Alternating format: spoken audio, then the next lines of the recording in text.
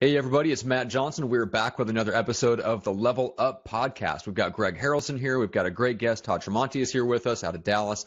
We're going to have an awesome conversation because Todd has really walked this journey from agent to entrepreneur, owns the company, and we're going to talk about the journey from going to agent all the way to entrepreneur, owning the business, running an indie brokerage versus what he's done in the past with a franchise and all of that good stuff, as well as how to really build systems for a legitimate real estate business to the point where really recruiting is his only bottleneck to, virtually unlimited growth. So this is going to be an awesome conversation. So first of all, let's welcome in Greg, fresh off the Mike Ferry management retreat off of a red-eye flight. Goodness, Greg, what is up today?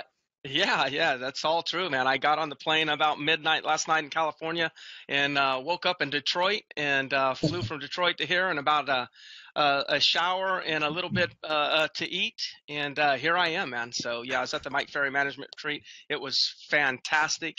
For those of you that have never really been around Mike Ferry, you need to check him out. I know he's a little scary, but check him out. He's got some good content.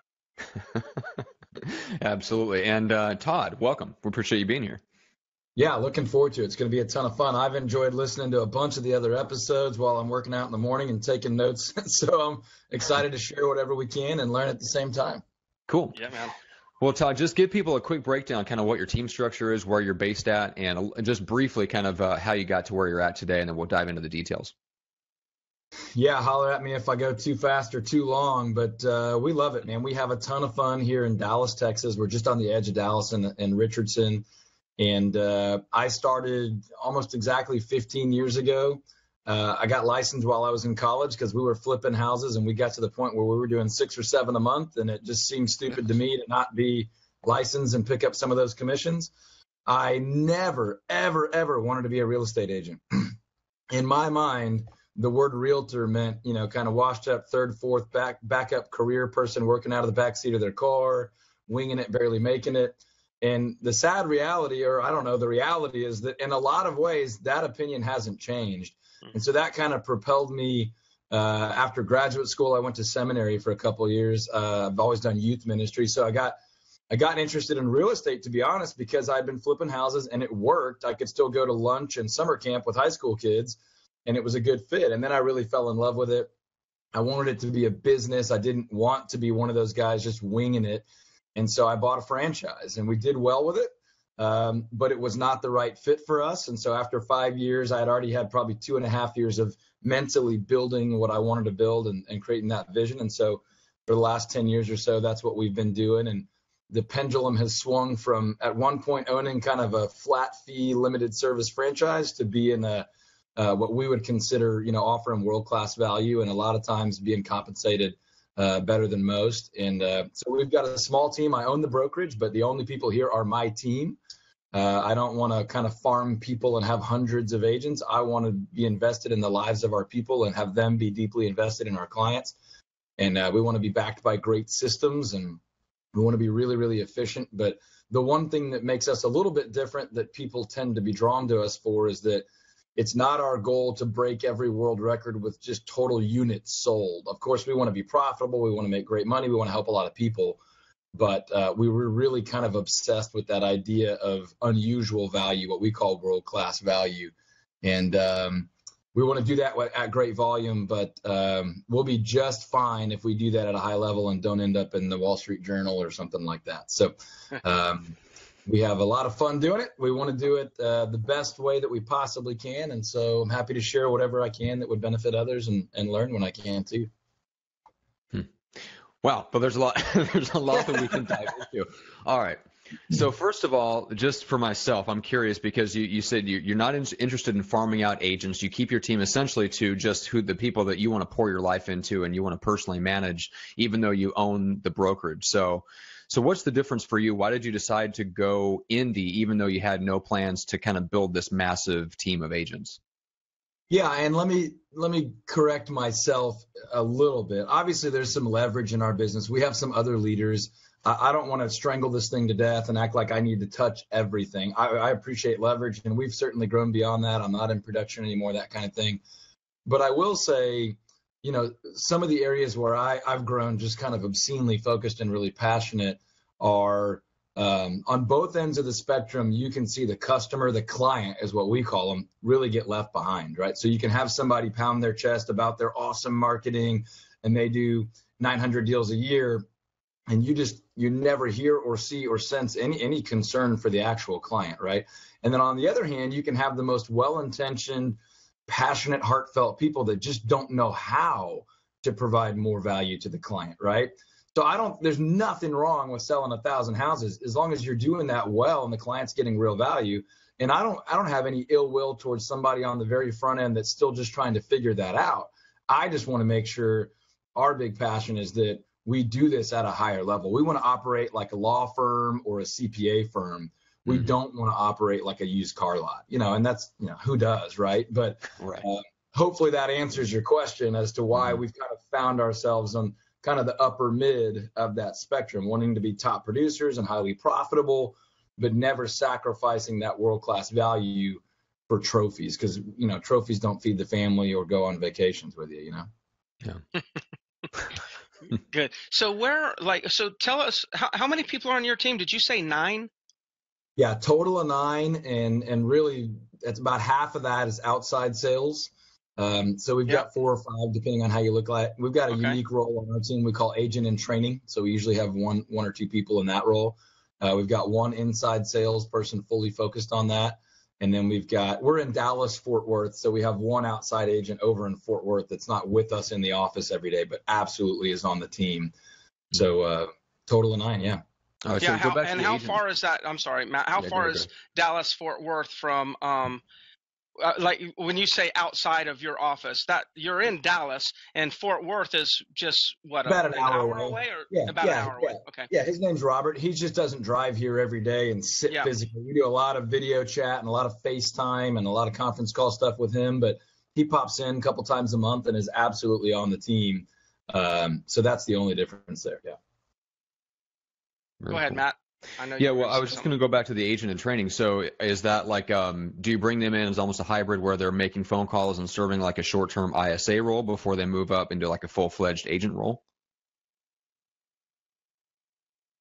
Yeah. And I think Greg will love how we think about it, because that's a completely nurture-focused role, right? Okay. So that person is coming in, understand that they're there to help the team build. They're not to so pipeline. They're filling our database. They're filling our follow-up system and task list with nurture follow-ups, right? So they might be circle prospecting. That they might be calling. They might call a warm lead once in a while, but that's really not. They're there to build that pipeline, learn the discipline of being on the phone, following a calendar, following a system, learning the skills of sales. And therefore, 40,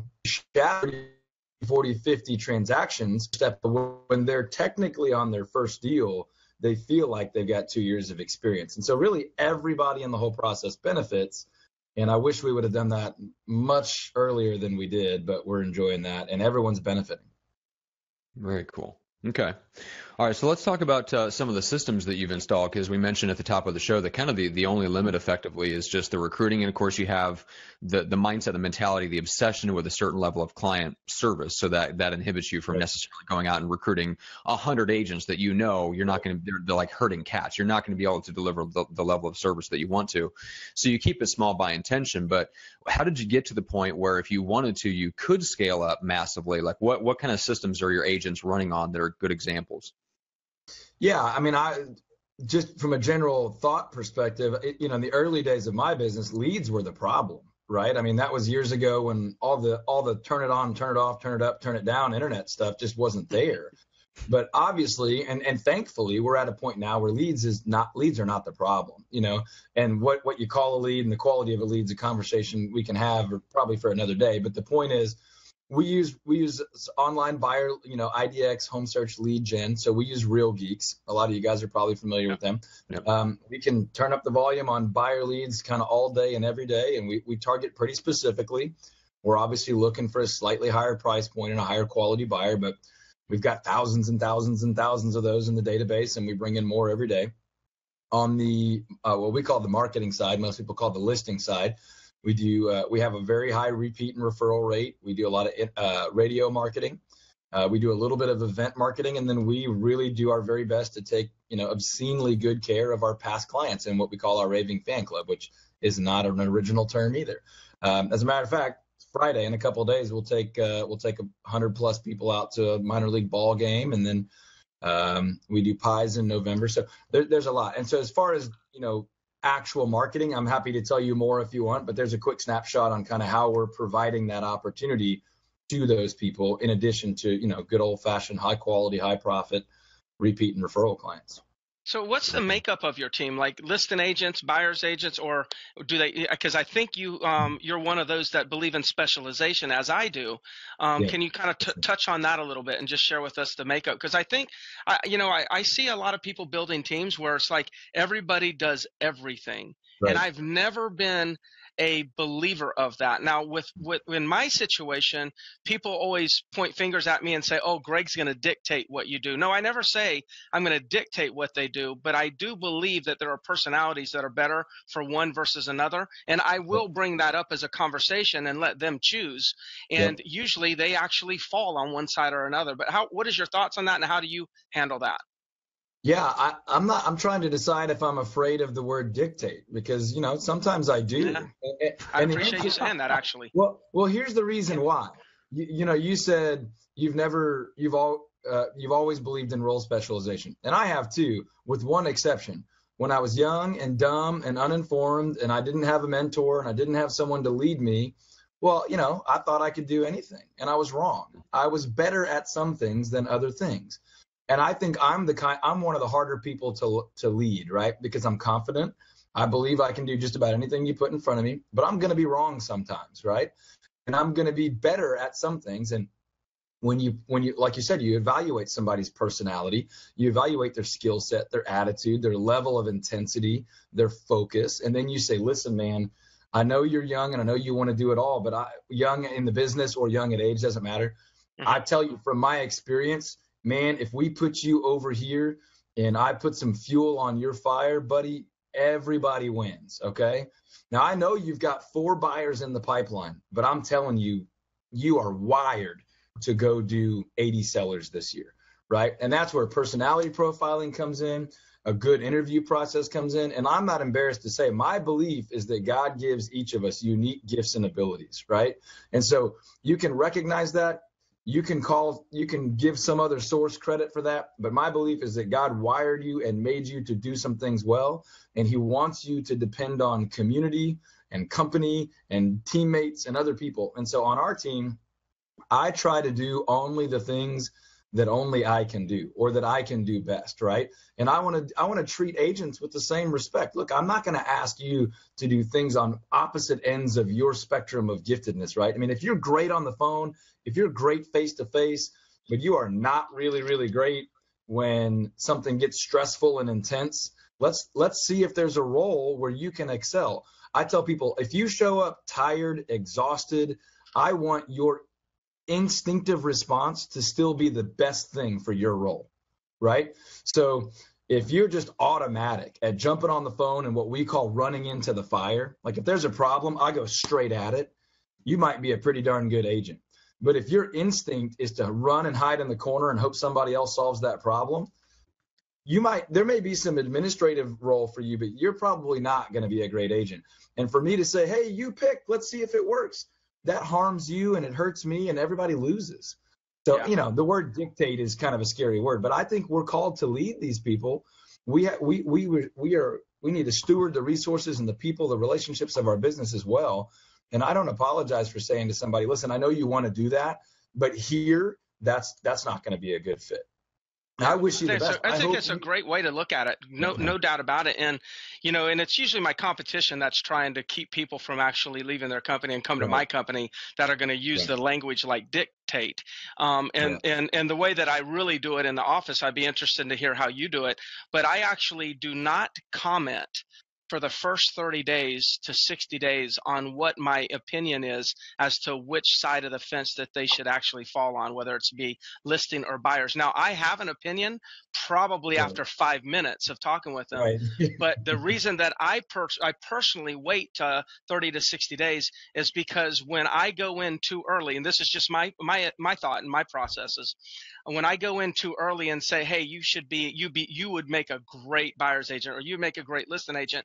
When I make that move, if I'm the first one to make that move, then I end up owning that decision. So what I end up doing is I actually watch them, and then you'll start to see, I'll teach them some things about listings, teach them some things about buyers, give them buyer leads. About 30, 60 days into it, they start making comments like, oh my God, I'm so tired of working with these buyers. They're running me ragged. And I just take a mental note, and it's like, interesting. And then the next 30 days, you'll see that they start to spend a little bit more time on the listing side, and they start actually pulling back on the buying side.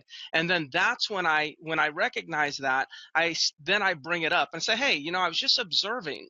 My opinion is this, but then I'm observing you, and this is what's happening. And then usually they spill the beans. It's like, man, I don't want to work with buyers. Well, fantastic. Well, how about let's turn our focus on writing a business plan on how you can reach your X amount of number of deals or the monetary money that you want to make in the next 12 months. And let's skew that business plan based on this side of the transaction.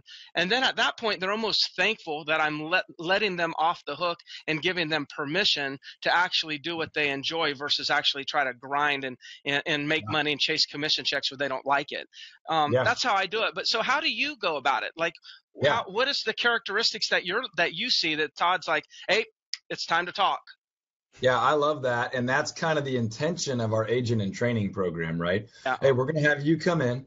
We're going to have you shadow, watch, learn, ask questions, go through our online module training, sit down face-to-face with me, role play, practice, make some mistakes, make a little bit of a mess, get in, So the point is, I'm watching, they're getting a feel for things. Like you said, 3, 4, 5 minutes into our very first preliminary phone interview, I go, okay, this guy sounds like she feels like it. But they might even have done enough research on us to know that we specialize and say, hey, I think I might be great at. Say, great. Well, we'll see. I'm not going to force you into anything. Let's just see if the gifts line up and the opportunity lines up. We're always talking about fit when we're hiring. You're not good or bad. We're just looking for a fit. And if we're not like an obvious, oh my gosh, if we don't do this, we're both idiots kind of fit, then we probably should not do this, right? And I just don't like to play the game of, well, let's hire them and put them in training, and if they don't make it, they'll move on. We put too much energy and focus and care. My wife tells me all the time, you can't solve everybody else's problems. You can't care more than they do. Well, that's just the way it works sometimes. Guilty. You try to fix people and grow people and help them, but it sure as heck's a lot easier if they start out with that desire and that hustle on their own, and then you just try to direct it, like you said. So it's very similar to yours. We know what we're looking for a lot of times because we are smaller. We know where we have an opportunity, but there is always an opportunity if somebody's great, right? So we might say, look, we really need to pick up 1 or 2 buyer agents. We're not really looking for a marketing specialist. But if somebody comes in here and 30 or 60 days in, they're going to be a killer marketing specialist, we're going to make room. We can go get leads. We can make room for them. So it's very similar to what you do. We use disc profiling. We try to check some references. We do at least a 3-step interview process. And then once we get them here, we put them in our onboarding system, which is backed by Infusionsoft. And then we do some manual training, some automatic training, some offline, some online, some face-to-face, some out in the streets. But we're watching and we're taking notes and we're getting a feel and we're asking for feedback, all the way through. So I think it's very similar. I like that train of thought. Yeah, well, maybe offline sometime we can trade some notes on onboarding through Infusionsoft, because I do all my onboarding through Infusionsoft, and so I'm sure we could share some checklists there and both learn from each other. So what about, a lot of people that are building these teams and whatnot, and I really love the way that you're doing it, because you're really truly an entrepreneur. You're a businessman that is, I'm going to call it building a team, because that's just the language that everyone's speaking right now, but you're just a businessman building a business, which is what I love to talk about. From leads though, how important are you providing leads when it comes to building a team. And for somebody who's starting off building a team and thinking, well, gosh, I'm going to have to provide leads, what are some of the sources that you feel like they should really be tapping into to provide that value for their team members? Yeah, I think it's an excellent question, and I could probably answer it 4 or 5 different ways. And I'll just start by saying you got to decide what kind of team you want, what kind of value you want to deliver. I don't think there are some wrong ways to do this, but then there's a lot of right ways to do it. And I don't force my way on anybody, but for us, I tell people we're building a 3-pillar business, right? Pillar 1, I'm going to basically hand you some opportunity. And to be really honest with you, don't screw it up. I mean, that's pretty much how that's going to work, right? Like, you just need to be a caring, intelligent adult, and you should be fine with those. Pillar 2, we're going to work mutually together. I'm going to provide some systems, some tools, some resources. You're going to provide some hustle, some hard work, some growth, some energy. And then pillar 3, you're pretty much out there working your personal sphere of influence, your network. Now, I'm still going to provide tools and resources in that 3rd pillar. You can log them into Real Geeks or Infusionsoft. You can use our text messaging system. I'll pay for the stamps if you want to send some stuff out. I mean, I probably do too much in that regard, but those are the 3 main pillars. Now, let's say you're looking now really aggressively at your 3rd pillar. I think you should have 2 or 3 things that you do inside your 3rd pillar to go build your business. You might have 2 or 3 things inside that 2nd pillar. So for example, the 2nd pillar, most popular one on our team, is open houses, right? I literally provide the signs, we'll help with the marketing. You just got to show up, run the event, collect some leads, and then you do your follow-up. Pillar 3, you might pick a college, University of Texas football, right? Get involved, host a couple of parties a year, watch some games, get connected with people, follow up, and sell some houses.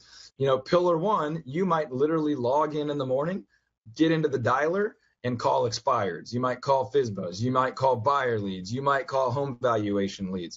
You might respond, if there's a sign call that hasn't been followed up with, somebody's in trouble. But let's just say there's a voicemail or something, you might jump on that. So I'm trying to answer your question with giving you the specific lead sources, but also kind of the mentality that we want our team to have. Other team leaders might say, look, I want to provide training and equipping, but you need to generate your own leads. I don't think that's necessarily wrong, as long as compensation makes sense and everybody understands what they're doing. But look, I love marketing. I'd stay up all night thinking of cool ways to do this and to qualify and segment and have people raise their hand and only be following up with people that have raised their, all that stuff. I don't need every one of my agents to be passionate about that. I want them to be passionate about taking world-class care of their clients, and I want them to do that at a high rate, at a pretty solid volume. So there's a little wiggle room there, but basically 3 pillars. Mostly those are traditional lead sources. Radio is one that we do that not a lot of people do. We run ads. I host a few shows for other people as a guest expert, as a real estate expert. And then we're real close right now to probably going ahead and doing our own show, which I've turned down 6 or 7 opportunities because I don't want to do a radio show for ego.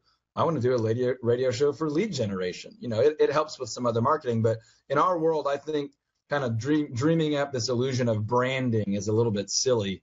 We're not Coca-Cola, we're local businesses, and you can do branding as long as it's alongside of lead generation is kind of how I think about it. Yeah. Classic. I hope the audience, Matt, really, really listen a few times to what Todd just said. And I'm going to give you some interpretations of what I just heard, because I think it's just phenomenal. This 3-pillar, that's one of the best that I've heard when it comes to a way to describe the value. So here's one thing I'm very present to, and I want the audience to know this, is whether Todd articulates things this way or not, I believe Todd is very clear that he has a big responsibility to deliver value to his team members. In other words, he is looking at his team members as his clients, that he has to actually serve and deliver value, and not because he's afraid of losing them, because what I get is because it's his duty. So that, for those that are looking to build a team, to be a leader. I just think what you just shared this is like a great example of leadership. Then he breaks down pillars 1, right? Pillar 1, and sorry to paraphrase, but and I took a lot of notes, but it's talking about what he's going to do. I'm gonna, basically give you leads. I'm gonna set you up. Just don't screw it up, right? And then he said, pillar 2 is like, okay, and then I'm going to provide systems and you provide hustle. So pillar 1 is, here's what I'm going to do. Pillar 2 is, here's what we're going to do. And pillar 3 is, here's what you're going to do. Now, I'm sure he doesn't dictate that, but he influences what the third pillar is. So it's an I, a we, and a you. And I think if he delivers, and then we deliver, and then they deliver, hell, you're going to be successful. Everyone's playing a critical part of the growth. And that's the true win-win. I wrote down on top of this is a success formula for actually rolling people in, getting people onto your team, and saying, I'm going to share value. I'm going to deliver value. We're going to create value, and you're going to deliver value. And we're going to win in the end. So I just think that that's fantastic. Awesome stuff. Thank you. I appreciate that feedback. And it's funny that you say that. I'm working on not interrupting and always thinking while I'm listening to people, because that's my instinct. And while you were talking before, I thought I was going to explain to you that the way I see it and the way we try to develop leaders on our team, right? So I want the key leaders on our team to think of our team is my client, right? And then our buyers and sellers are their clients, right? Now, of course, they're my clients too. I don't ever want to discount that value. But if I take really, really great care of our team, if I lead them, I train them, I equip them, then they will then go and lead and equip our clients really, really well. It's the best for everyone. And I don't apologize about that. If I get a call from a client, and this happens very rarely, but it happens, and they're upset with one of our agents, my default is almost always to defend our agent, right? The customer is not always right. I know my agents, and I know they bust their tail for our clients. That doesn't mean that there's not going to be some correction, and I'm not going to do whatever we need to do to keep the client happy as long as it's reasonable. But you're exactly right. You nailed it on the head. I just wanted to double down on that. If we lead our companies this way, people love working there. They want to stay. If my goal, I tell our team all the time, my job is to make sure that each one of you hits your goals. Right now, if your goal is crazy, I'm going to help you align that. If your goal is low, you're not a fit to work here. But my job is to help you hit your goals. Right now, each of you has a goal. We add them up. That's our goal. Right. As long as your goals hit my minimum expectation, I'm not worried about what my goal would have been. My goal just became the total of all of our goals. Right now, like you said, I'm going to help direct and lead people towards what they're capable of. And I hope next year they're capable of more than this year. We have core values painted all over the wall so that they know our ever diminishing weaknesses, right? What's weak today won't be weak tomorrow. But anyway, I love how you said it. I liked hearing you say it back, and makes me proud of what we have. And I appreciate your kind words.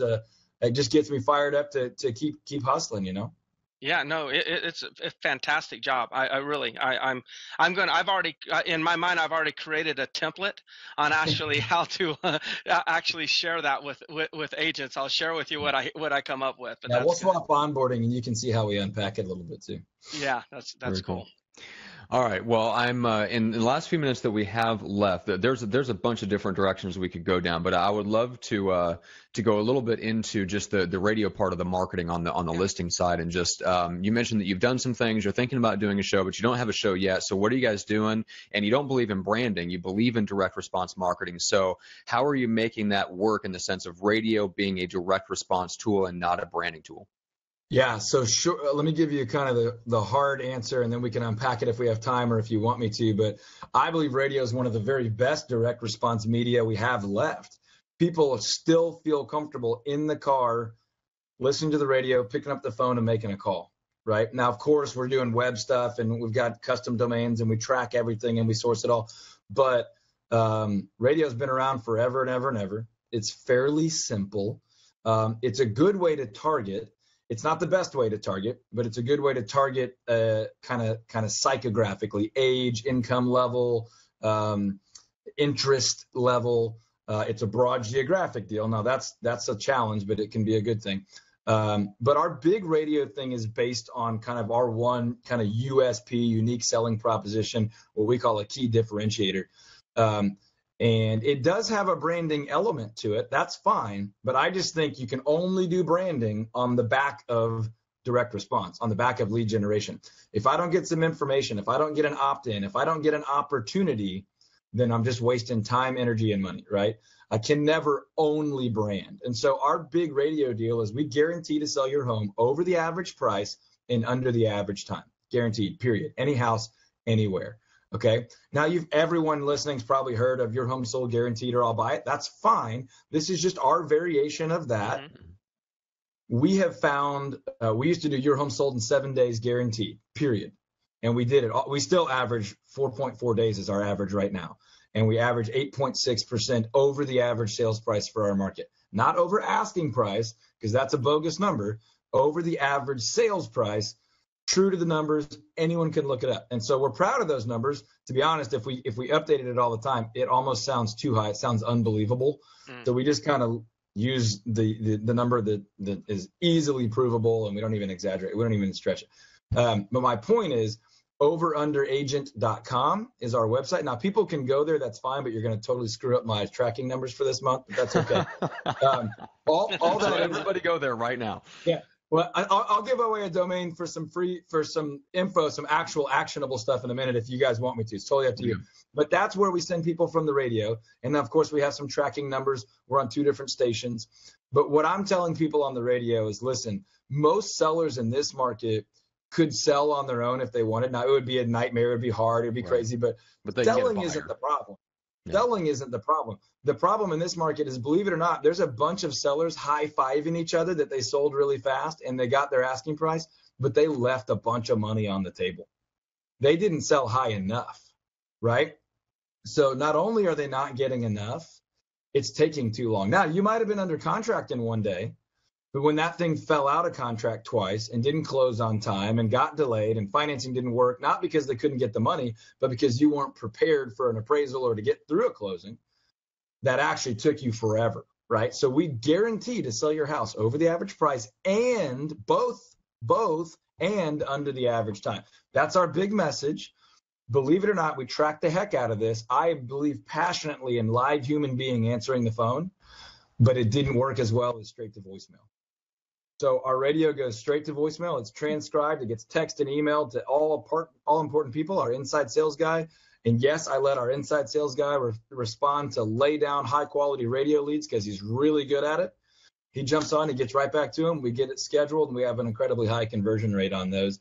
And a pretty decent percentage of them are both sellers and buyers. So I'll answer whatever else you guys want about it, but yeah, just tell me what else. How else can I share? I have one question, Greg. Do you want to unpack that before I get to my question? Yeah, I would be curious as to, without going too deep into it and revealing any secrets, but in the event that you don't reach that goal and you don't sell it, is it a reduced commission, or what's the kind of the guarantee on the other side of that? Yeah, here's the good news.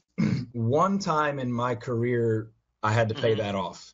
And we continued to work with them and sold the house. They were just kind of a stickler on the guarantee. That's fine.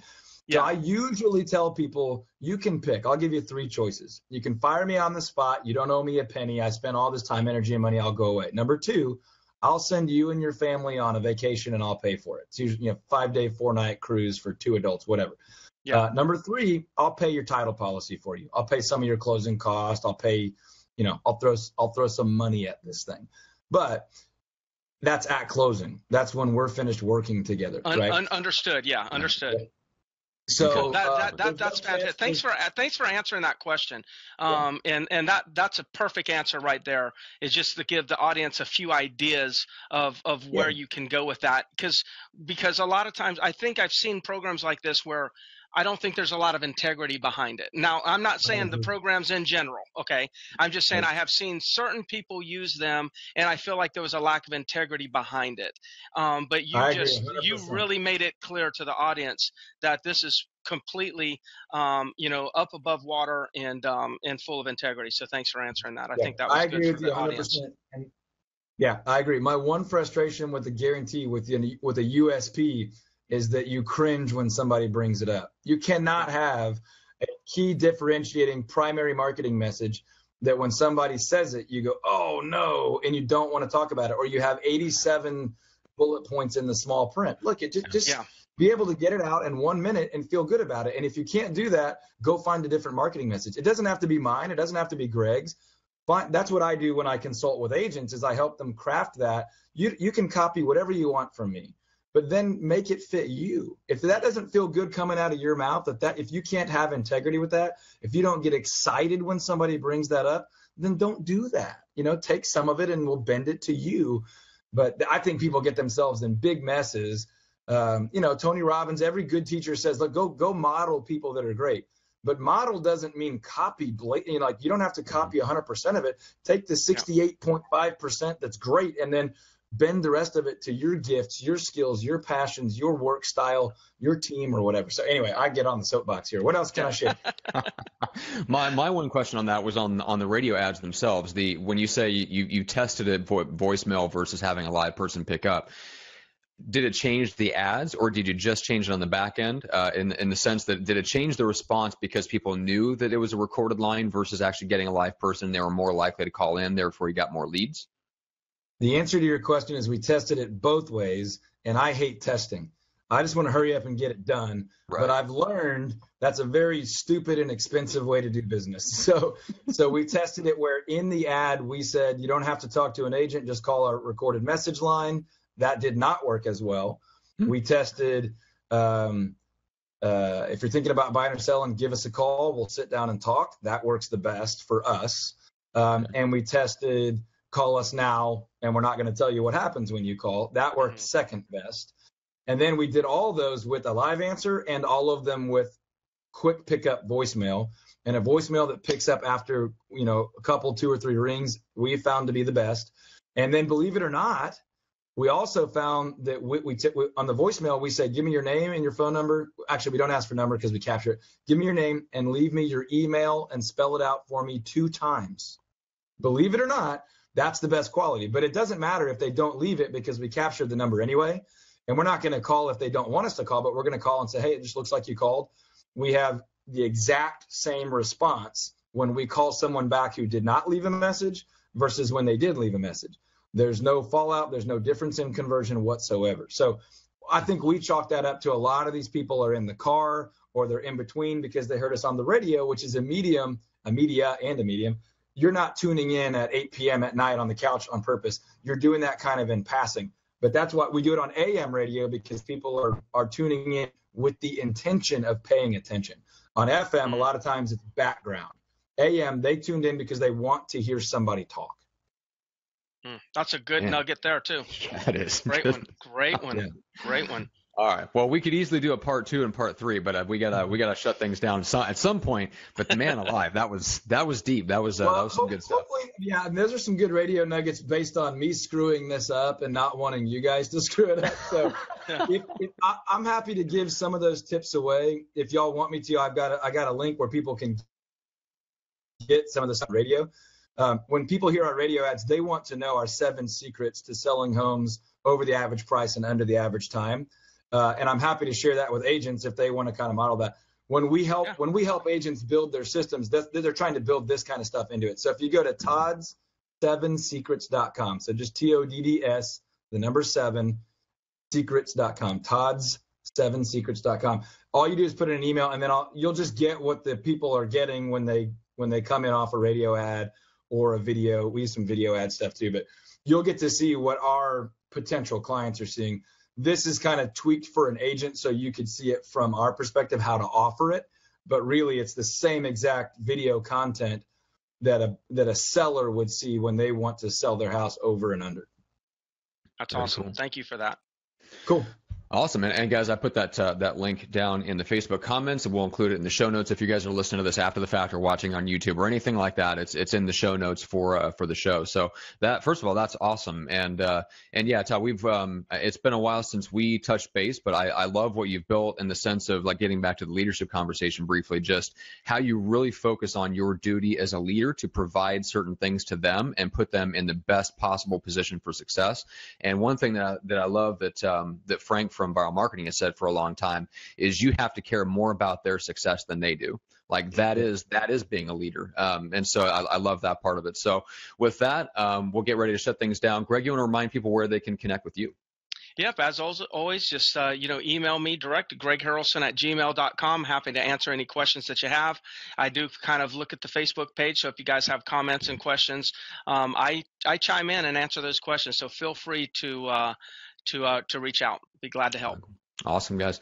And make sure to, if you want to get into some of the marketing automation stuff that both Greg and Todd are running, me and Greg did a marketing automation kind of a get started video. So if you guys go to theleveluppodcast.com/free, you can pop in your email, subscribe to the show, and as a free thank you, we send you free access to that. It's like a 25-minute training on exactly how to get started in something like an Infusionsoft to start identifying those leads that are already in your database, begin to segment out your database into different lists like Todd referred to. We didn't have time to go super deep into that, but if you want more information on that type of thing, and guys, if you want to see what the end result looks like what the goal is, go back and listen to the Jan Pittman episode where Greg and Jan talked about how they take 25, 30 listings a month between the two of them, mostly from inbound leads. That's the holy grail, is people calling up and saying, hey, would you like to come list my home? And that's what marketing automation can do for you. So anyway, with that being said, guys, we appreciate everyone that's watched live, everyone that's listening or watching after the fact, and we'll see you on the next one. Thanks, Todd.